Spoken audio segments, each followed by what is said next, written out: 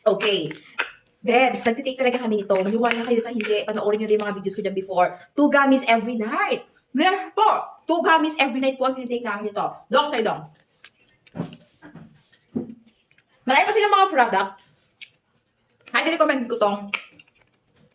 Eto ha, mag-share ako sa inyo na isang supplement. I-share ko sa inyo yung supplement na talagang bet na bet ko. Aside sa bet bebs, very useful to para sa akin. Ginagamit ko talaga siya. Tinitake ko talaga itong supplement nito. This is from Well Catcher. Kung matagal na kitang follower, alam mo na si Well Catcher na talagang yan ang supplement na ginagamit ko. So ngayon, may bago sila. So eto yung magnesium. Eto mga bebs, ang daming contained element nito na kailangan ng needed, na sobrang needed ng ating katawan. So for me, sa akin, good as good to. Pero, i-recommend ko to sa inyo at kung gusto nyo rin, subukan, why not?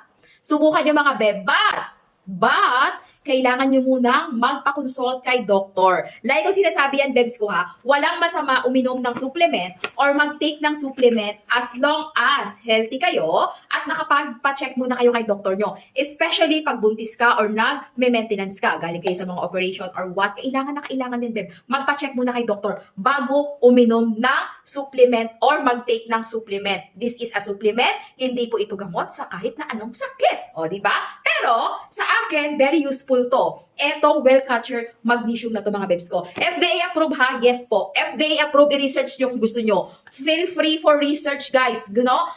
Well Catcher, kasi good as good talaga yan. FDA approved, nandiyan ang serial number, good as good. Eto yan.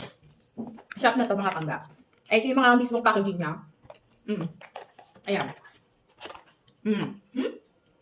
Ito yung link. Diyan na kayo mag-check out sa mismong link natin.